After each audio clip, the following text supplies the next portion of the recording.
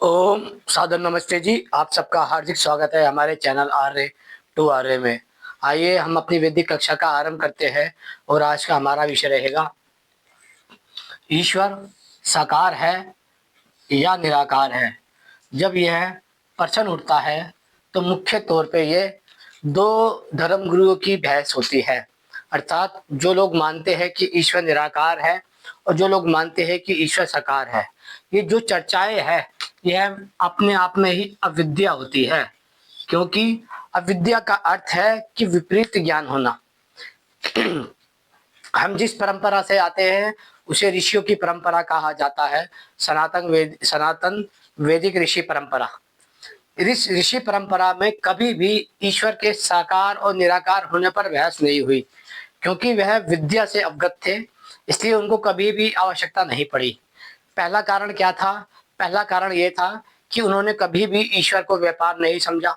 दूसरा कारण था कि उन्होंने कभी भी धर्म को व्यापार नहीं समझा। तीसरा कारण था उन्होंने सदा ही अविद्या का विरोध किया। लेकिन हमारे साथ समस्या क्या है? जो हिंदू समाज का धर्म गुरु है, हिंदू समाज का जो धर्म गुरु है, उसने ईश्वर का व्यापार किया है। ईश्वर को के नाम पे नकली मूर्तियों को खड़ा किया है, नकली पत्थरों को खड़ा किया है, नकली मंदिरों को खड़ा किया है, नकली तीर्थों को खड़ा किया है, जिसके कारण वह धर्म का धंधा करता है। अब जो व्यक्ति धर्म के नाम पे धंधा कर रहा है, वह ये बात क्यों स्वीकार करेगा कि ईश्वर का स्वरूप निराकार है? इसलिए जब ये प्रश्न पूछा जाता है कि ईश्वर साकार है या निराकार है, तो यह मूल रूप से उन्हीं धर्म गुरुओं के द्वारा छोड़े गए लोगों के द्वारा पूछा जाता है, या फिर ये उन्हीं धर्म गुरुओं के द्वारा पूछा जाता है, क्योंकि उनका धंधा ही इस पर टिका हुआ है कि ईश्वर को हम जब तक आकार नहीं देंगे तो हम उसका पाखंड कैसे कर पाएंगे। अब जब हम लोग जान जाते हैं कि विद्या और अविद्या क्या है, तो लोगों को समझ आता है कि ये जो प्रश्न पूछा जा रहा है, वैसे तो ये अपने आप में ही अविद्या है, इस पे चर्चा करने का कोई लाभ नहीं है।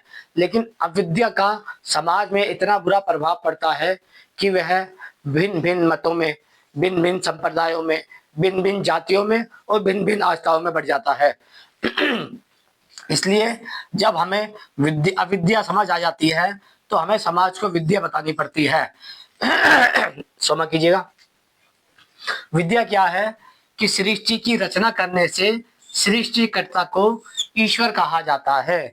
अर्थात यह जो आपको संसार दिखाई दे रहा है, इसे कहा जाता है सृष्टि, जिसमें अग्नि, जल, वायु, सूर्य, चंद्रमा, अन्य नक्षत्र आदि सब सब आते हैं। जो 8 प्रकार के वस्तुओं से बची है वह सृष्टि है। इस सृष्टि को बनाने के कारण उसे सृष्टिकर्ता कहा जाता है। इसलिए जो संसार से पहले भी उपस्थित था और जो संसार के बाद भी उपस्थित होगा, वह ईश्वर सृष्टिकर्ता कहलाता है, जिसने इस संसार को बनाया है, इसको नियंत्रित कर रहा है और इसका प्रलय करता है। वह ही मनुष्य का उपदेशक है और वह ही कर्मफल की व्यवस्था करता है, इसलिए उसे ईश्वर कहा जाता है। किंतु हम जब उसे कहते हैं कि वह साकार है, तो हम ये चीज भूल जाते हैं कि जो साकार होता है उसे किसी न आकार दिया होता है। यानी कि साकार वस्तु 2 प्रकार की होती है। पहली होती है जो स्वतः ही अपने आकार से होती है, और दूसरी वह होती है जिसका निर्माण किया जाता है। जैसे कि मान लीजिए आपके पास ये संसार दिखाई दे रहा है, सृष्टि। सृष्टि जो बनती है उसका मूल तत्व होता है प्रकृति, जिसे रंग, रूप और आकार वाली कहा जाता है। वह आकार वाली सदा से है, ऐसा नहीं है कि उसको आकार में लाया गया है। वह मूल प्रकृति सदा से है, सदा थी और सदा रहेगी। लेकिन जब हम भगवान के साकार स्वरूप की बात कर रहे हैं, जिसे हम अलग अलग संप्रदायों के हिसाब से देखते हैं, जिसे आप शिवजी जी कहते हैं, विष्णु जी कहते हैं, ब्रह्मा जी कहते हैं, या 3 देवियां कहते हैं, राम जी कहते हैं, कृष्ण जी कहते हैं, इन सबका जो है आकार है और इनका आकार का कार्य किया गया है, इसको कहते हैं कार्य। अर्थात उन्हें रूप दिया गया है, आकार दिया गया है। जब किसी चीज को हम कार्य की संज्ञा देते हैं तो इसका अर्थ ये होता है कि कार्य को करने वाला कोई कारण है। जब हम ब्रह्मदेव के शरीर की बात करते हैं या विष्णु जी की या शिव जी की या राम और कृष्ण के शरीर की बात करते हैं, तो हमें उनका रचनाकार खोजना चाहिए। जो उनके शरीर का रचनाकार होता है उसे सृष्टिकर्ता ईश्वर कहा जाता है। इसलिए जब हम कहते हैं कि ईश्वर साकार है या निराकार है, तो ये बात तो स्वतः ही खंडित हो जाती है कि ईश्वर साकार है, क्योंकि ईश्वर को साकार केवल एक ही व्यक्ति या एक ही समाज सिद्ध करना चाहता है, और वह है आस्था का धर्मगुरु। क्योंकि आस्था के धर्मगुरु ने अपने समाज को मूर्ख बनाने के लिए मूर्ति पूजा, पाषाण पूजा स्टार्ट कर रखी है। आस्था के गुरुओं का धंधा है ये मूर्ति पूजा। अब जब तक वह आपको ये नहीं बताएगा कि ईश्वर साकार है, तो वह कैसे चलेगा उसका काम धंधा। मान लीजिए यदि आप ये कहते हैं कि जो राम जी है, कृष्ण जी है, या अन्य ईश्वर के अवतार हैं, यदि आप उन्हें अवतार मानते हैं तब भी यदि मान लीजिए आपने विष्णु जी के अवतार को माना, राम और कृष्ण जी, हनुमान जी के हनुमान जी को अवतार माना महादेव का, यदि आप कहे कि अवतार बड़ा है या ईश्वर बड़ा है, तो भी आपकी बात खंडित हो जाती है। यदि ब्रह्मा और विष्णु और महेश देव को बड़ा मान लिया जाए और उनके अवतारों को छोटा मान लिया जाए, तब भी बड़ा कौन हुआ? ब्रह्मदेव, विष्णुदेव, महेश। जब ब्रह्मदेव, महेश और विष्णु की बात आएगी, तो उसके बनाने वाले की बात भी आएगी, तो उसी को कहा जाता है ईश्वर।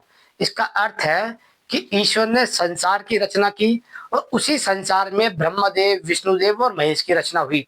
उनके द्वारा ही लोगों को अभ्रम होता है, कि अविद्या होती है कि भगवान शिव और भगवान श्री राम जी उनके अवतार आदि मिथ्या कल्पना है। इसलिए ये जो धर्मगुरु है, इन्होंने अपने ही समाज को लूटने के लिए, मूर्ख बनाने के लिए समाज में एक साकार रूप की कल्पना की है। यह सभी संप्रदाय में अधिकांश रूप में दिखाया जाता है कि कोई ब्रह्मा जी की वृत्ति बना रहा है, कोई विष्णु जी की, कोई शिव जी की, कोई श्री राम की, कोई श्री कृष्ण जी की, अन्य 33 करोड़ देवी देवता की मूर्ति बनाई जा रही है, जिनको साकार रूप दिया जा रहा है। और साकार रूप केवल इसलिए दिया जा रहा है ताकि जो उनके धर्म गुरु है वह अपना धंधा खड़ा कर सके। यदि आप उनके धंधे को अलग कर दे तो वह खुद मानते हैं यानी बात कि ईश्वर तो निराकार है। आप जब किसी भी धर्मगुरु से पूछेंगे कि ईश्वर साकार है या निराकार है, तो आपका पहला उत्तर वो यही देगा कि ईश्वर तो निराकार है, लेकिन हम उसकी साकार रूप की पूजा करते हैं। हम पूजा नहीं करते हैं, वे हमसे पूजा करवाते हैं ताकि उनका धंधा खड़ा रहे। दूसरी तरफ आता है, जब हम कहते हैं कि ईश्वर साकार है, साकार का अर्थ होता है आकार वाला, यानी कि आकार सहित।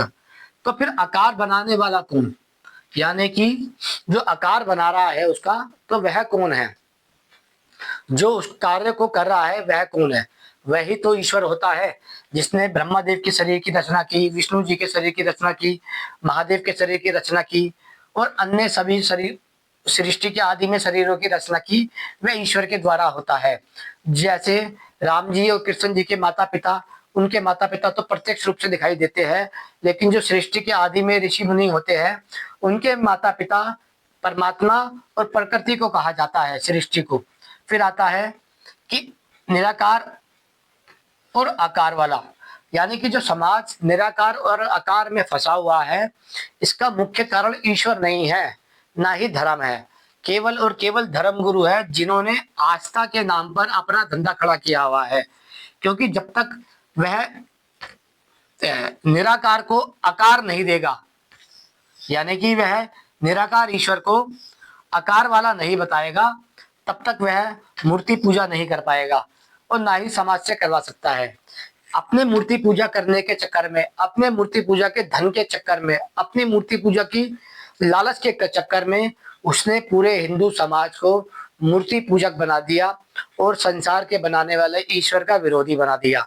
अब यदि आप उनसे निराकार ईश्वर की चर्चा करते हैं, तो वह आपको दुष्ट पापी समझते हैं, क्योंकि वह मानते हैं कि आप उनके द्वारा बनाई गई पाषाण की जो मूर्ति है, जिसे वह खरीद कर लेकर आए हैं, जिसे वह हर साल खरीदते हैं और हर साल फेंक देते हैं कूड़े में, नदी में या अलग अलग स्थान पर, आप उसका विरोध कैसे कर सकते हैं? जब ये बात आती है निराकार की, तो निराकार को आकार इसलिए दिया गया ताकि वह समाज से मूर्ति पूजा करवा सके और अपना धंधा खड़ा कर सके। दूसरा आता है पाषाण पूजा पदार्थ।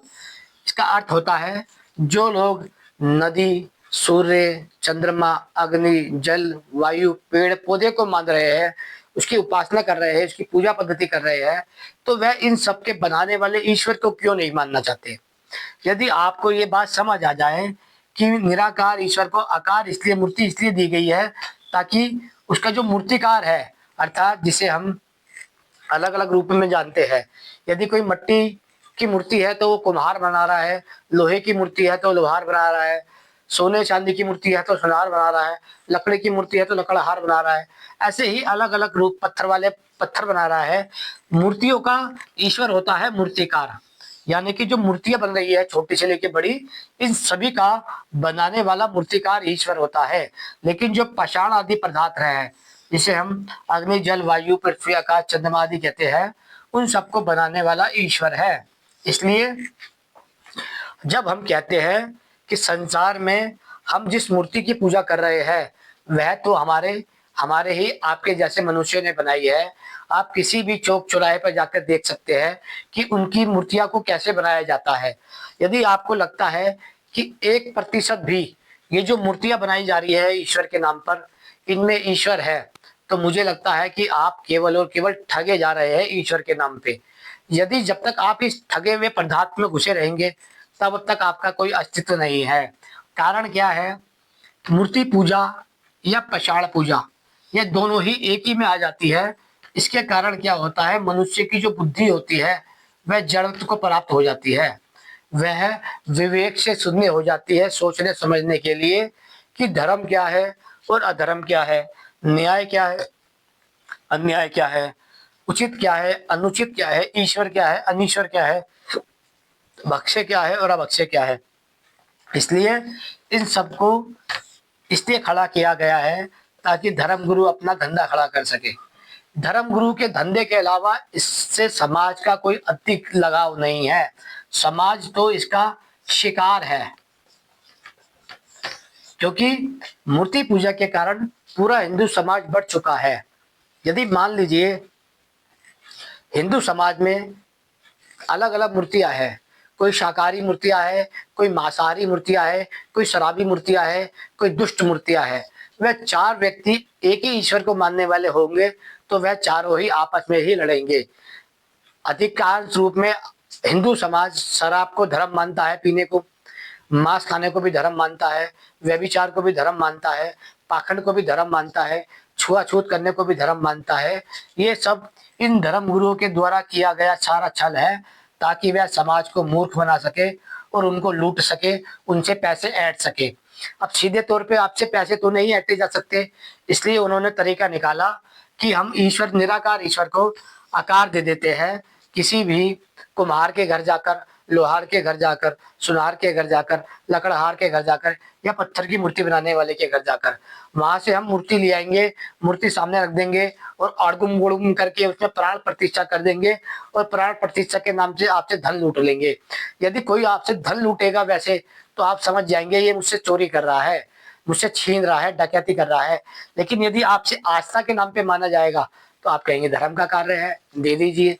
वही इन्होंने किया है आपके साथ, यानी कि पत्थरों के नाम पर और ईश्वर के नाम पर इन्होंने आपसे धन छीना है।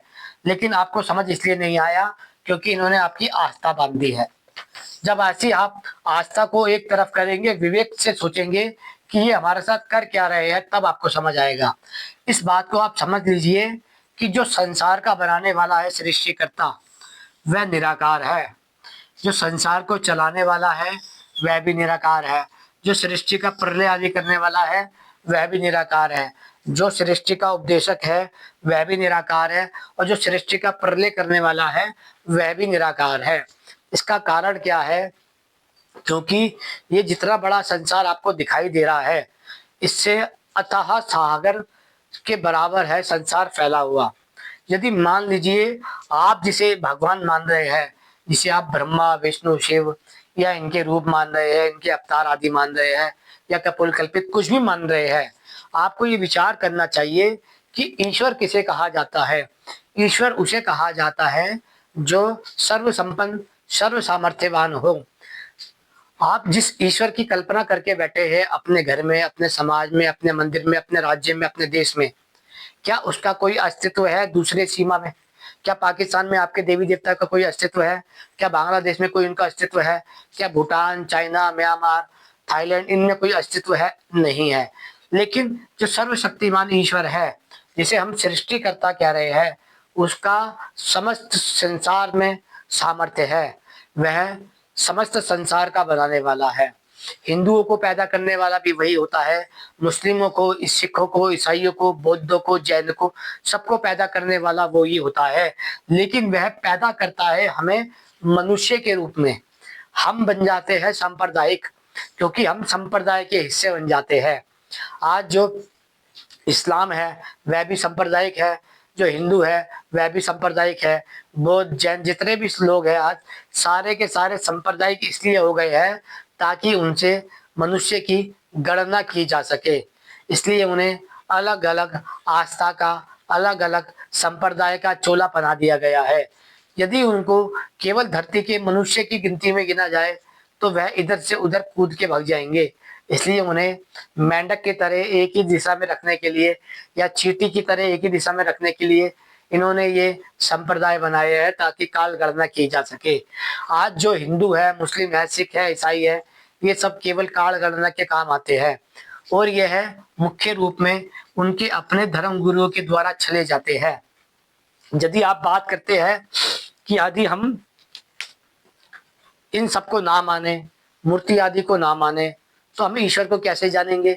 तो ईश्वर को जानने का सबसे प्रथम कारण होता है इस संसार का बनाने वाला ईश्वर। यानी उसने इस संसार को बनाया है, तब हमारे मन में यही आना चाहिए कि वह कितना सामर्थ्यवान होगा जिसने इस संसार को बनाया है। फिर दूसरा ख्याल आना चाहिए कि उसने सभी प्राणियों को बनाया है, मुझे बनाया है, आपको बनाया है, अन्य जीव जंतुओं को बनाया है। तो जिसने मुझे बनाया है और अन्य अपनी प्रकृति को बनाया है, तो मैं क्यों ना पहले उसकी प्रकृति से प्रेम करूं, अर्थात उसके प्रति सम्मान का भाव रखूं। जैसा मैं अपने लिए चाहता हूं वैसा दूसरे के लिए चाहूं। यदि किसी अपराध की सजा मुझे मिलनी चाहिए तो ऐसे ही अन्य अपराध की सजा अन्य व्यक्ति को मिलनी चाहिए। लेकिन यदि मैं निर्दोष हूं तो मुझे कोई सजा ना मिले, ऐसे ही कोई अन्य निर्दोष है तो उसे कोई सजा ना मिले। इस भाव को जब तक आप अपने भीतर नहीं बिठाएंगे तब तक आप सृष्टिकर्ता ईश्वर के बारे में तनिक भी नहीं जान पाएंगे। अभी आप जिसने चोला ओढ़ रखा है संप्रदाय का, उसके पीछे बैठा हुआ है आपका आस्था का गुरु। आपके आस्था के गुरु ने आपको जानबूझकर फंसा रखा है।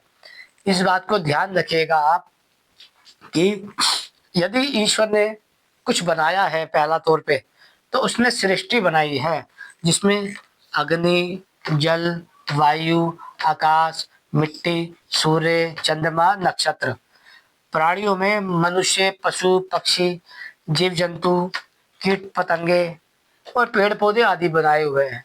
इन सबको बनाने के कारण ही वह सृष्टिकर्ता कहलाता है। अब जब इस सब को बनाने के कारण वह सृष्टि करता है, तो आप इन सब से उस ईश्वर की रचना कैसे कर सकते हैं? यानी कि आप अग्नि से, जल से, वायु से, आकाश से, मिट्टी से, सूर्य से, चंद्रमा से, नक्षत्र से, मनुष्य से, पशु पक्षी से, जीव जंतु से, कीट पतंगे से, पेड़ पौधे से, इन सबको यदि मिलाकर भी कुछ बना लेंगे तो भी आप ईश्वर की रचना कैसे कर पाएंगे?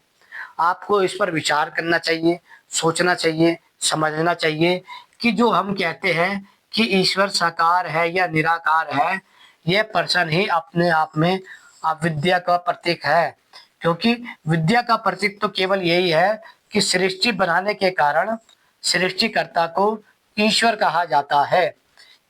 ये जो साकार और निराकार का खेल है, ये आपके आस्था के धर्म गुरुओं के को द्वारा खेला जा रहा है ताकि वह आपसे धन ऐंठ सके, धन लूट सके। सीधे तौर पे नहीं लूट सकता है, इसलिए वह मूर्तियों को, मंदिरों को बीच में लेके आता है, तीर्थों को बीच में लेके आता है, आस्था को बीच में लेके आता है ताकि वह आपसे धन को ऐंठ सके। आशा करते हैं इसे सरलता से समझ आ गया होगा। समझ आया है तो लाइक करिएगा। ओम नमस्ते जी।